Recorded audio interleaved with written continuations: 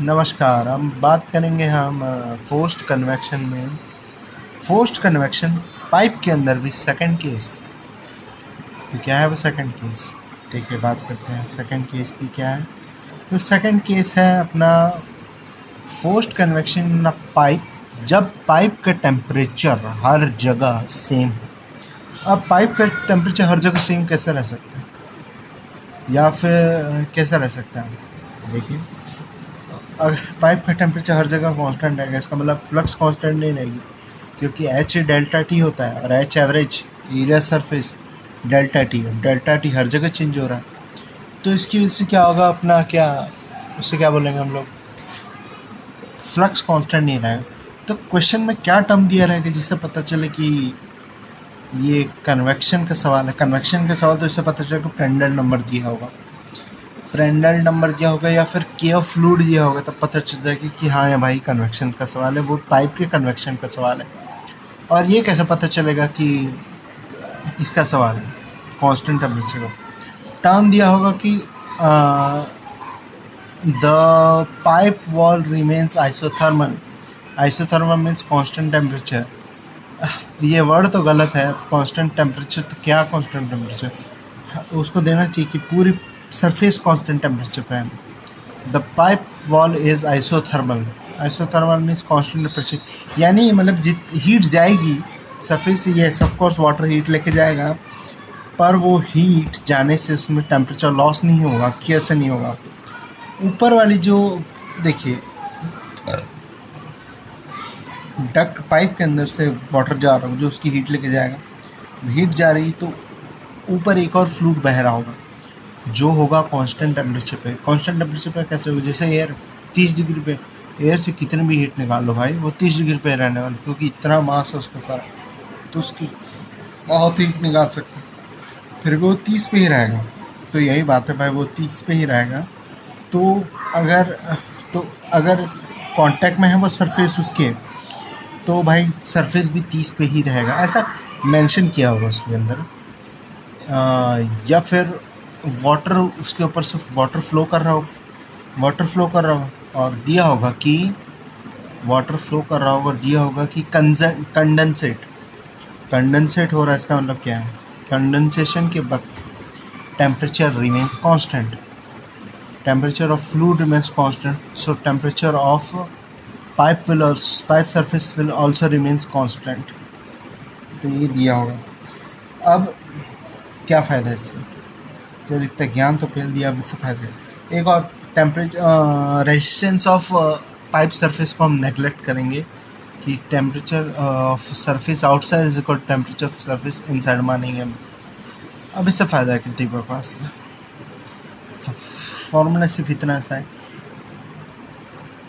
Temperature of surface minus temperature surface minus temperature of fluid outlet divided by temperature of surface minus temperature of fluid inlet, मतलब Ts minus TFO upon Ts minus TFI is equal to, listen it careful, e raise to minus HA upon MCP, e raise to minus H upon HA upon MCP। H क्या है? H average.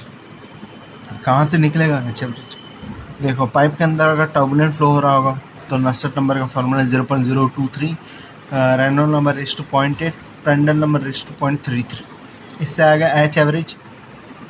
भाई हम H average ही निकाल सकते हैं, हमारे पास कोई और तरीका नहीं, कुछ नहीं है हमारे पास और कुछ निकालेंगे। या फिर हम फिर प्रांड्टल नंबर तो फ्लूइड का, देखिए बाहर वाले फ्लूइड का कोई काम नहीं, अंदर वाले फ्लूइड और पाइप का ही काम है, बाकी बाहर की फ्लूइड, ठीक है, बाहर वाले फ्लूइड की अंदर वाले फ्लूइड का ही काम है। Mu CP upon K fluid, ये अंदर वाली फ्लूइड का है, और इनटू, तो इससे आ जाएगा नस्सेट नंबर HLC अपॉन K। अगर पाइप है तो LC होता है डायमीटर, तो HD अपॉन K फ्लूइड से आ जाएगा H एवरेज। H एवरेज आ गया, H एवरेज ही तो चाहिए इसके अंदर। A क्या है? A है एरिया ऑफ सरफेस जिससे हीट ट्रांसफर हो, जैसे पाई DL, पाइप के अंदर। और अगर डक्ट दी हो तो देखो रेक्टेंगुलर डक्ट दी होगी तो एक मतलब 3D रेक्टेंगुलर वो करो और उसकी ये वाली सरफेस नीचे वाली साइड वाली ये वाली चारों एरिया में आएगी, चारों क्योंकि हीट ट्रांसफ़र करेगी, चारों से हीट ट्रांसफ़र होगा। एम है mass flow rate of fluid अंदर वाले का, CP भी अंदर वाले फ्लूड का CP है। तो उससे आ जाएगा temperature of fluid outlet. Temperature of fluid outlet आने से क्या फ़ायदा है, इससे फ़ायदा है कि इससे Q पता चल जाएगा। Q is equal to MCP T fluid outlet minus T fluid inlet. Q lost by the tube, क्योंकि जितना लॉस होगा उतना ही तो अंदर लेके जाएगा, वाटर लेके जाएगा। ये यूनिवर्सल है कि पाइप रहेगी इंसुलेटेड मतलब सिर्फ वाटर को हीट देगी अपनी, बाकी एटमॉस्फेयर बाकी एयर जो है वो नहीं लेके जाएगी, इसकी यही लेके जाएगी, क्योंकि वैसे भी सरफेस और बाहर वाली एयर दोनों सेम टेम्परेचर पे तो हीट ट्रांसफ़र तो होगा नहीं, बस अंदर वाला फ्लूइड लेके जाएगा जो भी हीट लेके जानी होगी। तो इससे ये फॉर्मूला आता है। हाँ, डक्ट वाला सवाल जब आएगा, ये 2020 में ये सवाल नहीं आया था, पर अगर डक्ट दिया होगा पाइप की जगह तो कोई दिक्कत नहीं, कोई सी दिक्कत नहीं। अगर डक्ट दिया होगा पाइप की जगह तो LC में दिक्कत आएगी, HLC अपन के नसर नंबर तो वैसे निकाल, नसर नंबर पहले टर्बुलेंट फ्लो निकालना पड़ेगा। टर्बुलेंट फ्लो के लिए चाहिए क्या चाहिए, RU इन्फिनिटी LC अपन के नहीं म्यू, RU इन्फिनिटी LC अपन म्यू। तो LC कैसे निकलेगा, LC निकलेगा 4 एरिया अपन पेरीमीटर। 4 रेक्टेंगल को ये जैसे यहाँ तो नहीं लिखा, जैसे मेरे इस चेहरे पर भी रेक्टेंगल बना हुआ आ रहा है कैमरे की वजह से, तो इस रेक्टेंगल को देखें हम, तो इस रेक्टेंगल की जो एरिया है, एरिया क्या होगा रेक्टेंगल की,